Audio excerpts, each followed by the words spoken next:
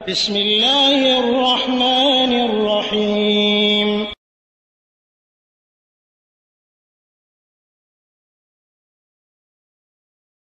ওয়ালাইকুম আসসালাম রহমতুল্লাহ বরকাত। বাংলাদেশ থেকে বন মুনতাহা জানতে চেয়েছেন যে জান্নাতের দরজাগুলির নাম জানতে চাচ্ছিলাম এবং সাথে জাহান্নামের দরজার নাম। আলহামদুলিল্লাহ ওয়াসসালাতু ওয়াসসালামু আলা রাসূলিল্লাহ। সম্মানিত বোন, জান্নাত এবং জাহান্নাম আমরা আল্লাহর কাছে সবাই কামনা করি জান্নাতে যেন যেতে পারি, জাহান্নাম থেকে বাঁচতে পারি। তাই জান্নাত এর নামগুলি, জান্নাত হলো 8টি, যেটা হাদিস দ্বারা প্রমাণিত।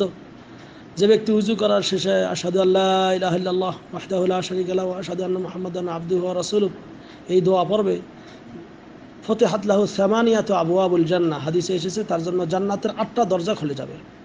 তা জান্নাতের 8টা দরজা যে আছে এটা হাদিস দ্বারা প্রমাণিত। তাই জান্নাতের 8টা দরজার নাম এটা বিভিন্ন হাদিসে প্রমাণিত রয়েছে। তবে এই যে হাদিসটি বললাম এটা সহিহ বুখারী মুসলিমে, অনুরূপ সহিহ বুখারী মুসলিমে আরও একটা হাদিসে এসেছে যে জান্নাতের এক হাদিসে 4টি নামের কথা উল্লেখ করা হয়েছে। যেমন আল্লাহ নবী বলেছেন যে ফামান কানা মিন আহলি সলাত দুইয়া মিন বাবিস সলাত। হ্যাঁ, একটা দরজার নাম হবে বাবুস সলাত, একটা নাম হবে বাবুল জিহাদ, একটা হবে বাবুস সিয়াম, একটা হবে বাবুর রাইয়ান, মানে রোজাদারদের জন্য নাম হবে বাবুর রাইয়ান, যে দরজা দিয়ে রোজাদাররা ঢুকবে। মানে নামাজ আদায়কারী যারা বেশি তারা বাবু সালাত দরজা। যারা জেহাদে বেশি আগ্রহী, জেহাদ করে থাকে, তারা বাবুল জেহাদ, এই জেহাদের দরজা দিয়ে ঢুকবে। যারা রোজা পালন করে তারা আল রাইয়ান দরজা দিয়ে ঢুকবে। আর যারা দান খয়রাত করে বাবু সাদাকা, হ্যাঁ বাবু সদকা নামক দরজা দিয়ে তারা জান্নাতে প্রবেশ করবে। এটা সহিহ বুখারী মুসলিম। অনুরূপভাবে সহিহ বুখারী মুসলিমে আরও একটা হাদিসে বর্ণিত রয়েছে যে আল্লাহ নবী সাল্লাল্লাহু আলাইহি ওয়াসাল্লামকে বলা হবে যে ইয়া মুহাম্মদ আদখিলিল জান্নাহ মিন উম্মাতিক মান লা হিসাব আলাইহি মিন বাবিল আইমান, যে ওই সমস্ত লোকদেরকে তুমি জান্নাতে প্রবেশ করাও যাদের কোনো হিসাব হবে না, সেটা বাবুল আইমান নামক দরজা দিয়ে, মিন আবওয়াবিল জান্নাহ, জান্নাতের দরজার মধ্যে। অনুরূপভাবে আরও একটা দরজার কথা উল্লেখ রয়েছে, যারা মানুষদের ত্রুটিগুলি ক্ষমা করে দেয়, মানুষদের অন্যায় করলে তাকে মাফ করে দেয়, তাদেরকে জান্নাতে প্রবেশ করা হবে।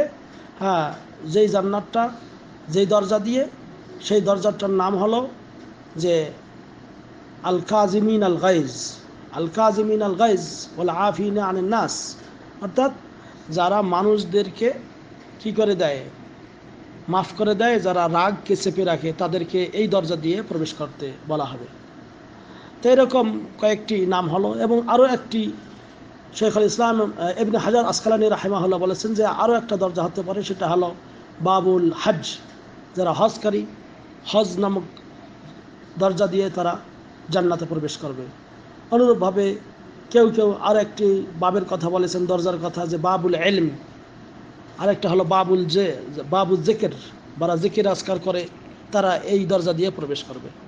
তো এই পরের নামগুলিতে এক একজন এক এক ধরনের মন্তব্য করেছেন, তবে হাদিস দ্বারা এইগুলি প্রমাণিত হয়েছে।